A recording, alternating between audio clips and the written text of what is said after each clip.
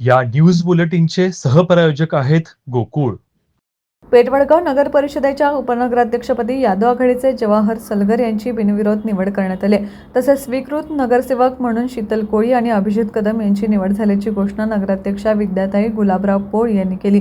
हातकणंगले तालुक्यातील पेठवडगाव नगर परिषदेच्या उपनगराध्यक्ष व स्वीकृत नगरसेवक पदासाठी आज विशेष सभा घेण्यात आली. सभेच्या प्रारंभी राजमाता जिजाऊ व स्वामी विवेकानंद यांच्या प्रतिमेचं पूजन करण्यात आलं. मुख्याधिकारी सुमित जाधव यांनी सभेतील विषयांची माहिती दिली. उपनगराध्यक्ष पदासाठी जवाहर सलगर यांचा एकमेव अर्ज आल्याने त्यांची बिनविरोध निवड जाहीर करण्यात आली. यावेळी नगराध्यक्षा विद्याताई पोळ यांनी सर्व नगरसेवकांनी एकत्रितपणे पेठवडगाव शहराच्या विकासासाठी सतर्क राहावे व शहराचे नाव राष्ट्रीय पातळीवर पोहोचण्यासाठी सहकार्य करावे असे आवाहन केले. विरोधी पक्षनेते अजय थोरात यांच्यासह नगरसेवकांनी नूतन उपनगराध्यक्ष व स्वीकृत नगरसेवकांचा सत्कार केला. यानंतर नगर परिषदेच्या वतीने सर्व नगरसेवकांचा सन्मान करण्यात आला. उपनगराध्यक्ष जवाहर सलगर तसेच स्वीकृत नगरसेवक शीतल कोळी व अभिजित कदम यांनी मनोगत व्यक्त केले.